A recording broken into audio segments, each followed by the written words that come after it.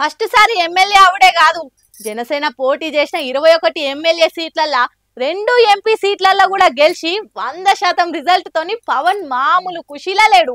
కానీ గెలిచినాం కదా అని ఇప్పుడే సంబరాలు చేసుకున్నాడు కాదు, మన మీద బాధ్యత పెరిగింది, ఇల్లల్కంగానే పండుగ కాదు అనుకుంటా మాట్లాడి మార్కులు కూడా కొట్టేస్తుండు.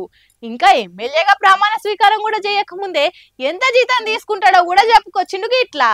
పోటీ చేసిన 2 జాగాల ఒక తాన కూడా గెలవలేకపోయినావు అని పోయిన ఎలక్షన్ల మాటలు పడి ఈ ఎలక్షన్ల పార్టీ పోటీ చేసిన ఏ ఒక్క జాగాల కూడా ఓడిపోకుండా రికార్డు కొట్టిండు కదా పవన్.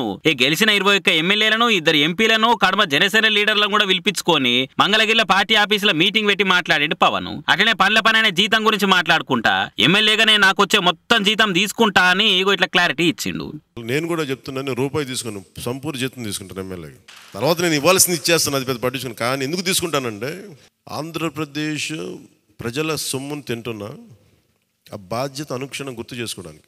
ప్రతి రూపాయికి రేపు పొద్దున నన్ను ప్రజలు చొక్కా పట్టుకుని నిలదీయాలి, అందుకని తీసుకుంటున్నాను. మీకు డబ్బులు ఇచ్చేవరా మా ట్యాక్స్ పెయిడ్ మనీతోటి, నువ్వు ఎందుకు పని చేయట్లేదు అని ప్రజలకు హక్కు ఉండాలట్టడానికి కోసం నేను డబ్బులు తీసుకుంటాను.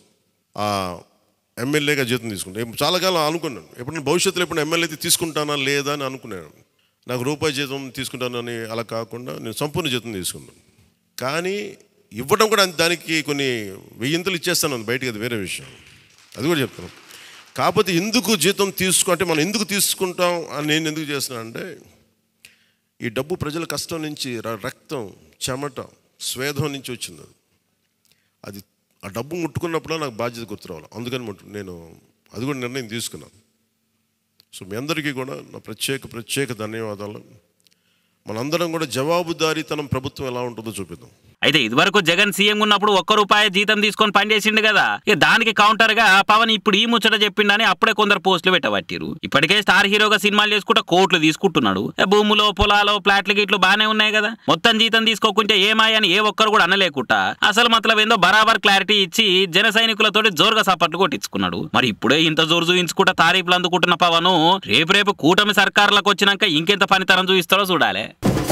బీజేపీ సైనికులారా సిద్ధంగా రీ, డప్పులు డోళ్ళు బాజాలు అన్ని తయారు పెట్టుకోరి.